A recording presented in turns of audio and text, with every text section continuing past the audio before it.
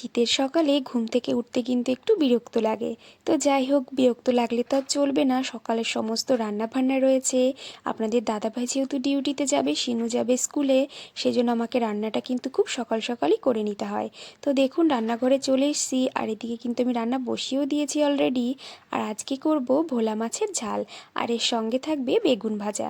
তো দেখতেই পাচ্ছেন, মাছ ভাজা করে নিয়ে তারপর বেগুনে লবণ হলুদ মাখিয়ে এই যে বেগুনটাও কিন্তু একই সঙ্গে ভেজে নিলাম।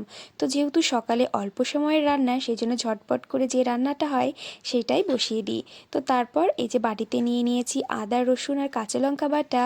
এরপর একটুখানি জল দিয়ে দিয়ে দিচ্ছি জিরে গুঁড়ো, ধনে গুঁড়ো, শুকনো লঙ্কার গুঁড়ো, হলুদ গুঁড়ো, মানে সমস্ত মশলা মিশিয়ে নিলাম। আপনারা চাইলে তেলের উপরেও দিতে পারেন। তো তারপর গোটা জিরে ফোড়ন দিয়ে পেঁয়াজ কুচি দিয়ে লবণ দিয়ে পেঁয়াজটা বেশ ভালো করে ভেজে নিয়ে দিয়ে দিলাম একটা টমেটো। তো টমেটোটা একটু নেড়ে চেড়ে তারপর দিয়ে দিচ্ছি যে বাটা মশলাটা, মানে যে মশলাটা গুলে রেখেছিলাম সেই মশলাটা। তো মশলাটা বেশ কিছুটা সময় ধরে কষিয়ে নিয়ে দিয়ে দিচ্ছি ঝোলের জন্য এই যে পরিমাণ মতন জল। তো জল বেশি একটা দেওয়া লাগবে না, যেহেতু আলু টালু কিছুই দেওয়া হয়নি, শুধু মাছ দিয়ে করছি সেই জন্য আর কি।